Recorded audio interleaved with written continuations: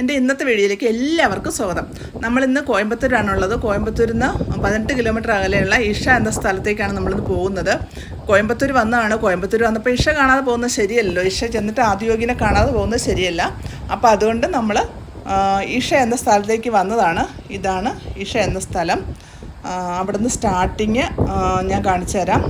ഈ സ്ഥലം തുടങ്ങുന്ന സ്ഥലം എന്ന് പറഞ്ഞാൽ സ്റ്റാർട്ടിങ് കണ്ടോ, ഇത് അങ്ങോട്ട് കിടക്കുന്ന വഴിയാണ്. ഈ വഴി കൂടെ വണ്ടി ഒത്തിരി കയറിപ്പോയാലേ ആദിയോഗിയുടെ അടുത്തെത്തുള്ളൂ. ഇത് കണ്ടോ, ഇതാണ് സ്റ്റാർട്ടിങ് തുടങ്ങുന്ന കവുങ്ങാണ് അവിടെ.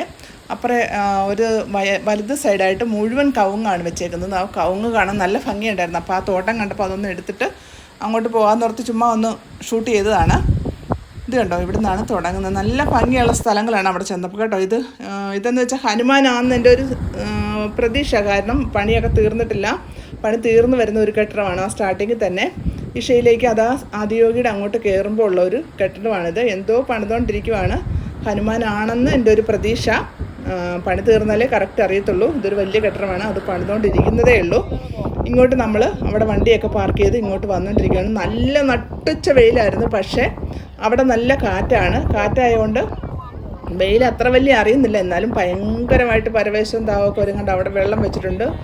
പ്യൂരിഫൈഡ് ചെയ്ത വെള്ളമാണ് ആ വെച്ചേക്കുന്നത്. അവിടെ നിന്ന് വേണം നമുക്ക് വെള്ളമൊക്കെ കുടിക്കാൻ. ഈ രണ്ടുപേർ നിൽക്കുന്ന സ്ഥലമൊക്കെ വെള്ളം വെച്ചേക്കുന്നത്. അപ്പുറം ഇപ്പുറം സൈഡിലായിട്ട് അവിടെ ഇവിടെയായിട്ട് വെള്ളം വെച്ചിട്ടുണ്ട്. അപ്പോൾ നമുക്ക് വേണേൽ ദാഹിച്ചാൽ എടുത്ത് കുടിച്ചിട്ടൊക്കെ പോവാം. അങ്ങോട്ട് പോകുന്ന വഴിക്കുള്ള ചെറിയൊരു ഫോട്ടോയൊക്കെയാണ് ഇരിക്കുന്നത്. അത് കണ്ടോ, അതാണ് ആദിയോഗി ശിവൻ്റെ പ്രതിമ. ഒരുപാട് ആൾക്കാരുണ്ടായിരുന്നു. ഞങ്ങൾ ചെന്ന സമയത്ത് ഒരുപാട് ആൾക്കാരുണ്ട്. ഈ നടന്നു വരുന്നവർ മാത്രമല്ല, അവിടെ ഇരിക്കാനുള്ള സൗകര്യം വേറെ ഉണ്ട്. തണലുള്ളിടത്ത് അവിടെ പോയൊക്കെ നമുക്ക് ഇരിക്കുകയൊക്കെ ചെയ്യാം. അപ്പോൾ നമുക്ക് ആദ്യം ഇത് കണ്ടു കഴിഞ്ഞാൽ പിന്നെ അതിൻ്റെ അടുത്ത് ചെന്നൊന്നും കാണാതെ രക്ഷയില്ലല്ലോ. അപ്പോൾ എത്ര വെയിലായാലും പോകാമെന്നോർത്ത് ഞങ്ങൾ നടന്നുകൊണ്ടിരിക്കുവാണ്. കുറച്ചങ്ങ് നടക്കണം. ഇങ്ങനെ അടുത്ത് കാണുന്നത് പോലെ കണ്ടാലും അവിടെ എത്തണമെങ്കിൽ കുറേ അങ്ങ് നടന്നാലേ നമുക്ക് അവിടെ എത്താൻ പറ്റുള്ളൂ. പരിസരമൊക്കെ കാണാനായാലും നല്ല ഭംഗിയാണ് കേട്ടോ. നല്ല ഭംഗിയെന്ന് പറഞ്ഞാൽ നല്ല ഭംഗിയാണ് കാണാനായിട്ട്. ഈ സ്ഥലം എവിടെയാണെന്ന് പോലും ഇതുപോലെ യൂട്യൂബിലൊക്കെ കാണുമ്പോൾ ഞാൻ തന്നെ ഓർക്കുമായിരുന്നു, ഇത് എവിടെയാണ്, ഇത് ഇന്ത്യയിലല്ലേ എന്നൊക്കെ ഞാൻ മനസ്സിൽ ഇങ്ങനെ ഓർക്കുമായിരുന്നു. എവിടെയാണെന്ന് ഇതുവരെ അടിച്ച് നോക്കിയിട്ടില്ല. അത് കഴിഞ്ഞപ്പോഴാണ് ഇത് കോയമ്പത്തൂരാണെന്നിങ്ങനെ അവിടെ ചെന്ന് കഴിഞ്ഞാണ് ഇങ്ങനെ അറിയുന്നത്. പിള്ളേർ പറയുന്നത് ഇഷ ഇവിടെയാണ്, നമുക്ക് കണ്ടിട്ട് വരാമെന്ന്.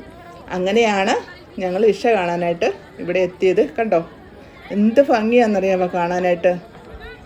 ഞങ്ങൾ ചെന്നപ്പോൾ താഴെ എന്തോ ഒരു പൂജയൊക്കെ നടക്കുവാണ്.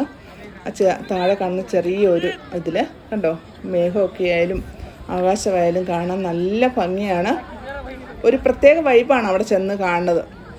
പക്ഷേ ഇവിടെ ചെല്ലുന്നത് ഒരു സന്ധ്യാസമയത്താണ്. നല്ല ഭംഗിയായിരിക്കും. പക്ഷേ ഞങ്ങൾ നട്ടുച്ച സമയത്തായിരുന്നു. സന്ധ്യാസമയമാകുമ്പോൾ അവിടെ ഇങ്ങനെ ഇതൊക്കെ മാറി മാറി വരുമെന്നൊക്കെ പറയുന്നത് കേൾക്കാം. ലൈറ്റിൻ്റെ ഇതുകൊണ്ടാണോ എന്തുകൊണ്ടാണോ എന്നറിയത്തില്ല. ഇങ്ങനെ മാറി മാറി വരുമെന്നൊക്കെ പറയണ കേൾക്കാം. അപ്പോൾ അതിൻ്റെ പരിസരവും കൂടെ ഒന്ന് പിടിച്ചേക്കാമെന്ന് വെച്ച് ഞാൻ ഇറങ്ങിയതാണ്. അപ്പോൾ അതിൻ്റെ പരിസരമാണ് ഈ കാണുന്നത്. ഇത് യോഗ നടക്കുന്ന സ്ഥലമാണ്. അത് നമ്മളെ വന്ന് വിളിക്കും. ഇതിനകത്താണ് യോഗ. ഒരു 7 മിനിറ്റുള്ള യോഗയുണ്ട്. ഞാൻ അവത്തിൽ പങ്കെടുത്തു കേട്ടോ. എന്നെ വന്ന് ഞാൻ ആ വഴി സൈഡിൽ നിന്നിങ്ങനെ മൊബൈൽ പിടിച്ചിട്ടിരുന്നപ്പോൾ എന്നെ വന്ന് വിളിച്ചു. ഇതുപോലെ ഹിന്ദിയാണ് പറയുന്നത്. ഞാൻ എനിക്ക് ഒള്ളി മലയാളം മാത്രമേ അറിയത്തുള്ളൂ എന്നൊക്കെ ഞാൻ പറഞ്ഞു. അപ്പോൾ പറഞ്ഞു അവർ പറയുന്ന രീതി നമുക്ക് മനസ്സിലാവും.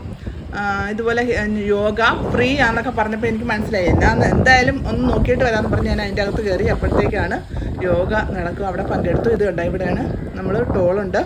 ടോൾ കൊടുത്തിട്ട് വേണം അകത്തേക്ക് കയറാനായിട്ട്. ഇതാണ് ആ യോഗ നടക്കുന്ന സ്ഥലം. അവിടെ ഞാൻ പോയി പങ്കെടുത്തപ്പോൾ യോഗയ്ക്ക് വിളിക്കാനായിട്ട് ഒരാളിങ്ങനെ നടപ്പുണ്ട് അവിടെ കൂടെ.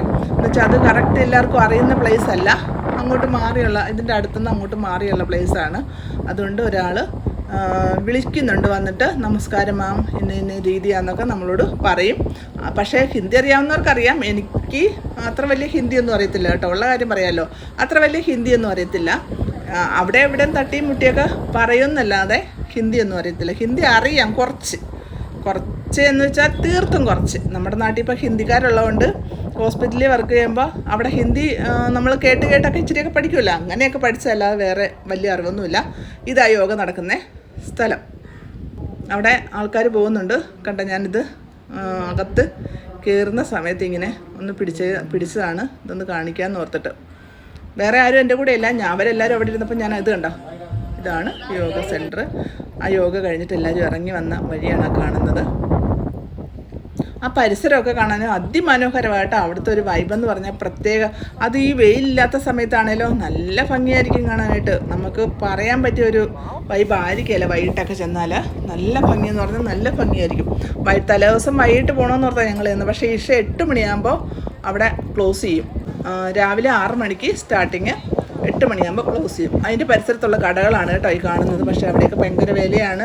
വില തിരക്കിയിട്ടൊക്കെ ഓരോ സാധനത്തിനായാലും ഭയങ്കര വിലയാണ്. അതുകൊണ്ട് അവിടെ നിന്നൊന്നും വാങ്ങിച്ചില്ല. ഇപ്പുറത്ത് ഉണ്ട് ഫുഡ് കഴിക്കാനുള്ള സ്ഥലവും വെള്ളം മേടിക്കാനുള്ള സ്ഥലവും ചെറിയ ചെറിയ സ്നാക്സൊക്കെ കഴിക്കാനുള്ള സ്ഥലമൊക്കെ ഉണ്ടോ ഇവിടെ. ഇങ്ങനെ അങ്ങനെയുള്ള സ്ഥലമൊക്കെ ഉണ്ട്. നമുക്ക് എന്ത് വേണേലും മേടിച്ച് കഴിക്കാനൊക്കെ പറ്റും. ഇതിനൊക്കെ വലിയ വിലയൊന്നുമില്ല കേട്ടോ. ഫുഡിനൊന്നും വലിയ വിലയൊന്നുമില്ല. പക്ഷേ അവിടെ അപ്പുറേ കാണുന്ന സാധനങ്ങൾക്കൊക്കെ ഭയങ്കര വിലയാണ്. നല്ല ഭംഗിയാണ് അവിടെ പോയി ഇരിക്കാനൊക്കെ ആയാലും നല്ല ഭംഗിയാണ്. കണ്ടോ ഇവിടെയും ഐസ്ക്രീമും സ്നാക്സും വാട്ടർ വെള്ളമൊക്കെ ഉണ്ട്. നല്ല തണുത്ത വെള്ളമുണ്ട്, തണുക്കാത്ത വെള്ളമുണ്ട്, എല്ലാ വെള്ളമുണ്ട്. നമുക്ക് ഏത് വേണേലും എടുക്കാം. പേ ചെയ്യുക, എടുക്കുക. ഇതാണ് അവിടെ നടന്നുകൊണ്ടിരിക്കുന്നത്. കണ്ടോ എന്ത് മനോഹരമാണ് കാണാനായിട്ട്. കോയമ്പത്തൂർ പോകുന്നവരൊക്കെ ഒന്ന് കണ്ടിട്ട് വരുന്നത് നല്ലതായിരിക്കും. കാര്യം അതുപോലെ ഭംഗിയാണ് അവിടെ കാണാനായിട്ട്. ഇതാണ് നമ്മുടെ ആദിയോഗി. ഇനിയൊരു ദിവസം സന്ധ്യസമയത്ത് പോകണമെന്നൊക്കെ വലിയ ആഗ്രഹമൊക്കെ ഉണ്ട്. പോകുന്നവർ തലേദിവസം ഒന്നെങ്കിൽ വൈകിട്ട് പോവുക, അല്ലെങ്കിൽ രാവിലെ 6 മണിക്ക് അവിടെ സ്റ്റാർട്ടിംഗ് ആണ്. അവിടെ ചെന്നിട്ട് 6 മണിക്ക് പോവുക.